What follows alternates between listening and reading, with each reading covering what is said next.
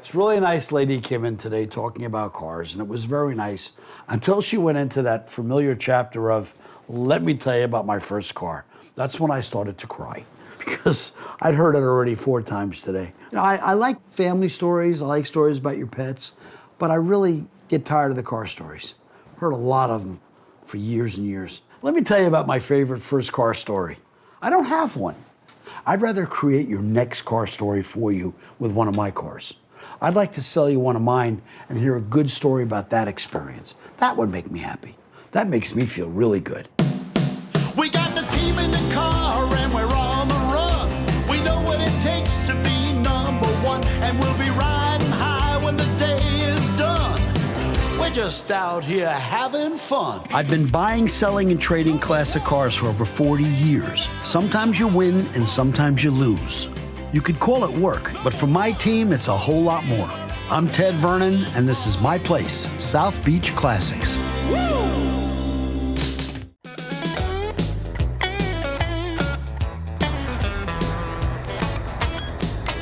You must be Ted. You must be Gaston. Sure am. Gaston Rosato. Nice to meet you. Rosato? Yeah. I think I did business with your dad years ago. Yes, you did. My father's been in the business over 30 years here in the States with a used car dealer. It wasn't specialty cars. And that's when I decided I want to do specialty cars. We brought my old man on board with his expertise and knowledge, and I mostly focus on the new school way of doing things. We put a lot of efforts in our web presence, whether it be our website, blogs, different platforms on social media. This is nice. This is an original. It's being sold, yes, as an original car. It's a 1967 Mercedes 250 SL. Pagoda. Pagoda, but keep in mind, 67 is the only year of the 250, which makes this one special.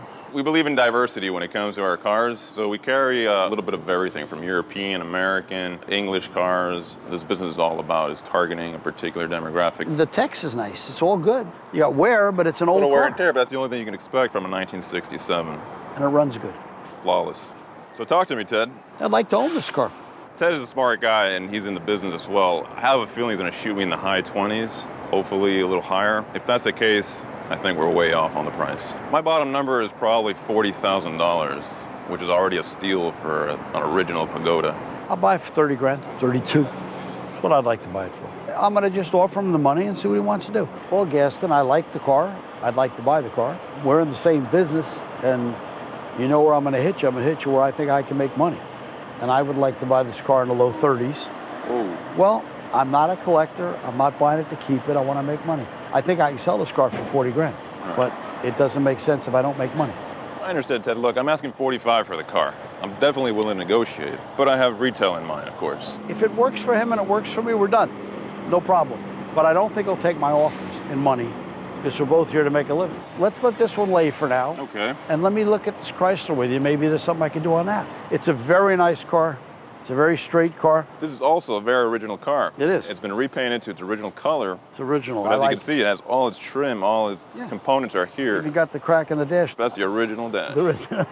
On the Chrysler, we're asking $12,000 for it. Bottom line is probably going to be 10. I would want to buy it for 3 to 4. Maximum I'll pay is 5.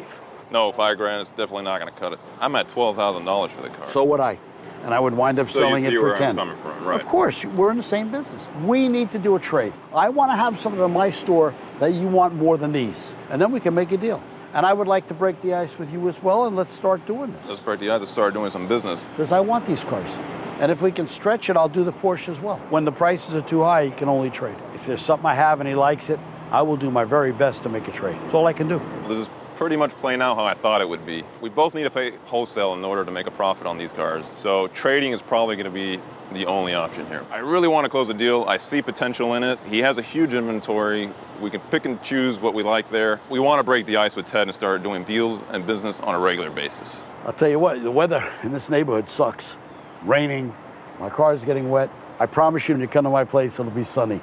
We're in the same neighborhood, Ted. This is South Florida. Unpredictable weather. Can you Right. promise me that? Are you sure? You're right. What do they say down there? If you don't like the weather, move 5 feet? Exactly. It's really true. But Let's give it a shot, though. done. Later, there. brother. Really Thank you, nice Ted. to see you. Likewise. Thank you.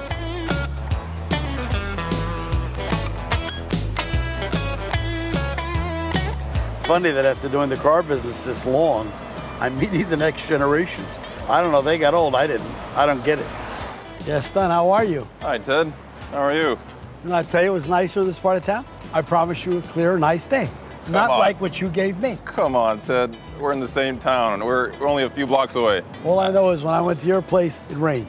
Here it's dry. Okay. Let's try and get a deal done before it rains. The 3 cars that you have, I like. I like your brother's Porsche, I like the Mercedes Pagoda, and I like the slab-sided Chrysler.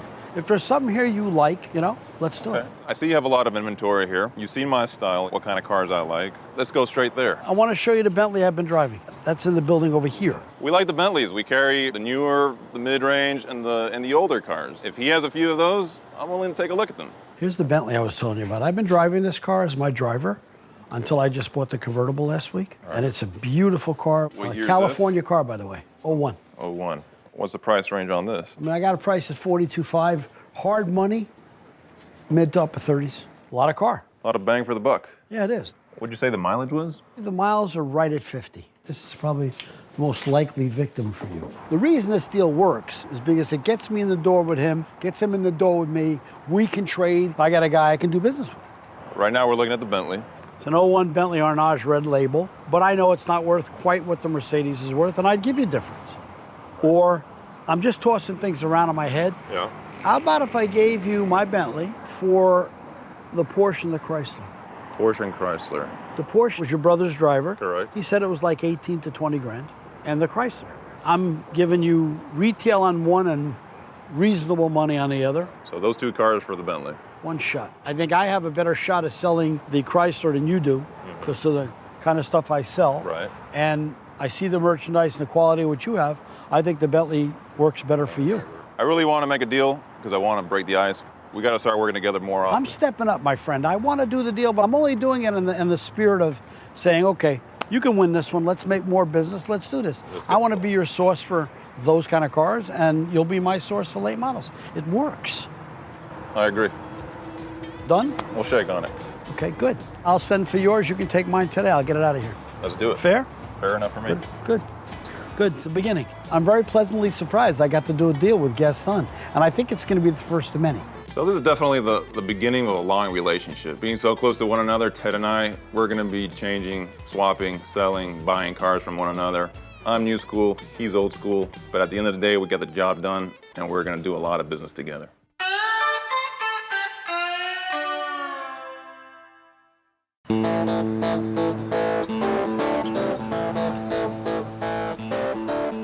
Tommy, he better be here today because we came 1,500 miles, 24 hours to get here. I gotta find this guy. When was it? How long ago did you talk to him? Last night we talked. Last night we talked to him. We called him again this morning. Said he'd meet us out in the parking lot as soon as he seen us pull in. Right when we pulled in, he see us. I mean, how do you miss that trailer? You can't. Every show we go to, everyone knows it's the Embalmers trailer. Oh, look at this. Yo, look at this, 67. Look at this. I remember this. This is when I was a kid. They had me in there. Man, this is a nice place. Hey! Phone call. Guys, yo, I'm on the phone. What is this? You didn't see us pull up? Look, we're waiting for the You were supposed to meet us outside. First of all, stand up when you talk to me. Jeff Organ, nice to meet you. Oregon? Oregon. What brings you Well, down we here? traveled down here just to figure we're going to extend out our club. We're here to get you a chapter. How many chapters you got? We've been established in 2009. We have 4 of them. We have Stan right here from the Hudson Valley, New York. He's chapter 1. Chapter 2 is in Long Island. Roger and Roman is out there. Chapter 3 is Paul in Orange County, New York. And our latest chapter is Larry and Lance up in Massachusetts. They have almost 50 members already, and they're doing real well. You guys do some charitable work too, don't you? Matter of fact, soon Stan will be going to Maria Ferrera Hospital for Children in Westchester County, New York, and we donate upward of 1,000 to 2,000 depending on the year. That's important stuff. You know, the whole thing what you're doing is you're getting guys together. You're also raising money for charities. That's what this is about. We get everybody together, families together, not just guys. The We car get people. together. Car people. We just had a big thing here, our first car show here. We read about it on Facebook. How'd you do? Oh, it's amazing. What car sells? Mustangs are my #1 seller, Camaros, pickup trucks, Corvettes, big convertibles. I'm not big on spaghetti cars, you know, the Italian stuff, the Miseratis, the Ferraris. But I got people wanting those cars now. I can't get in them. I tried one time, I couldn't get in it. Well, you've been embalmed, you know, it's a little tough for you. We preserve the classics and eventually the guys that drive them at the Embalmers Car Club. That's what we do. We have a good time. We're family oriented. We get involved with a lot of groups. We go with 30, 40 cars to shows. We support everyone's show locally. We get a lot of people involved. We go all over the place as big groups. It's all about the cars. Always has been. I like the idea. I like the membership idea. I like it all. Ted Vernon just joined the Embalmers Car Club. I'll be honest with you. Dealing with Ted was good. To top the trip off, we've got John Martins taking Ted in our golf cart for a ride around the facility to look at the cars. Awesome ending to a great day. He's a member, they're a chapter, and we're gonna move forward. We have a new member. Hey, you are an embalmer now. It's right here. You're an embalmer, man. We got you. I'm an embalmer. Congratulations. I'm so pleased we made the trip. 1,500 miles to come see Ted was really worth it. South Beach Classics is with the Embalmers Car Club.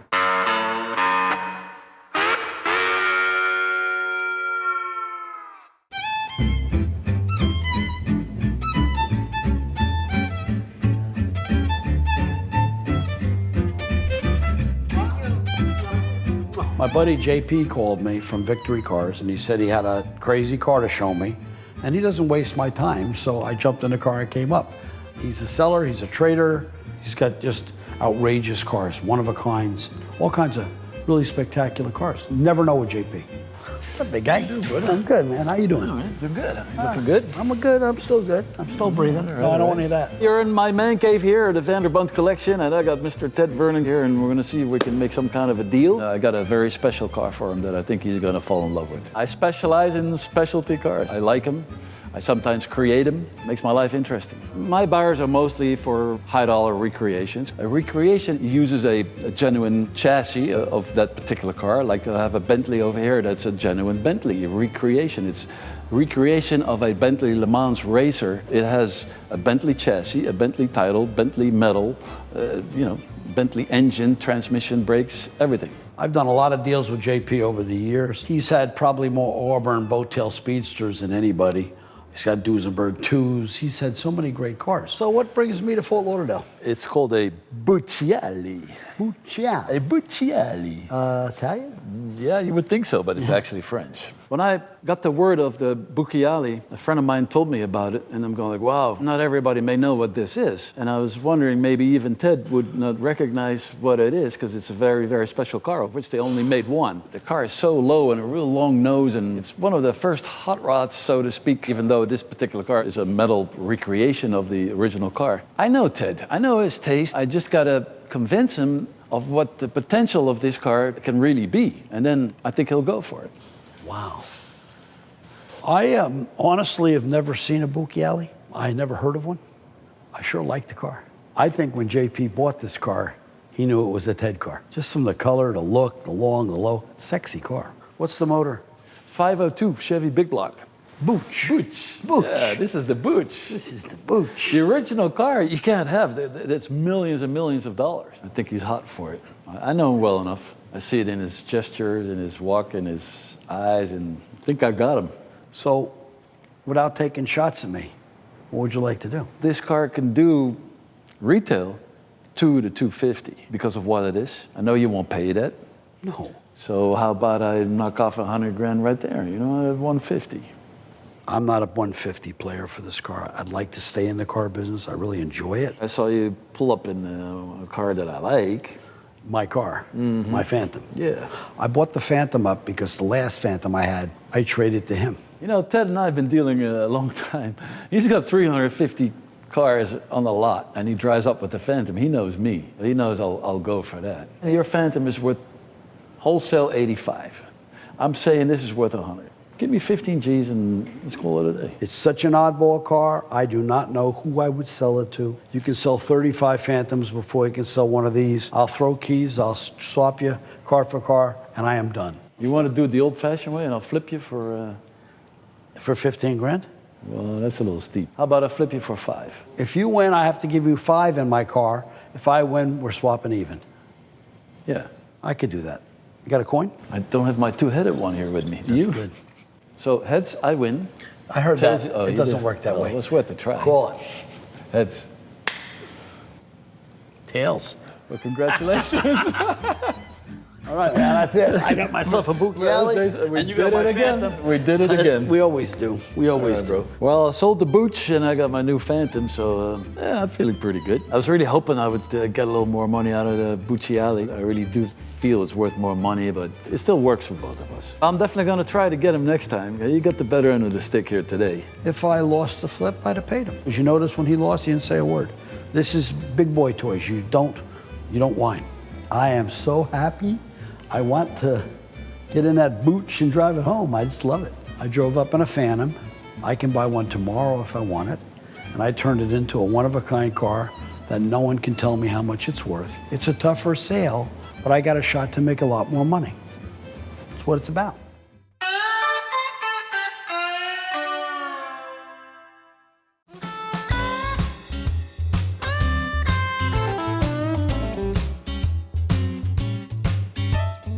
After hearing 40 years, literally thousands of first car stories, there's no new ones. My first car was a 1955 MG TF 1500. For me, I'm real tall, so it was kind of a tight fit. My dad bought it. The deal was it was a mess, it was a wreck. He'd buy it and pay for the materials, and I had to build it. It was a cool car. I really enjoyed it. It was a lot of fun. My first car was a 1991 Lumina, four-door, a very special color, but I don't want to talk about that car. I really don't. My first car was a 1987 Toyota Corolla Coupe, 5-speed. I was 9 years old, believe it or not. Grabbed the car for $100, sold it for $250, made a whopping $100 after all the expenses. My first car story was a tank. It was a good old Ford Explorer.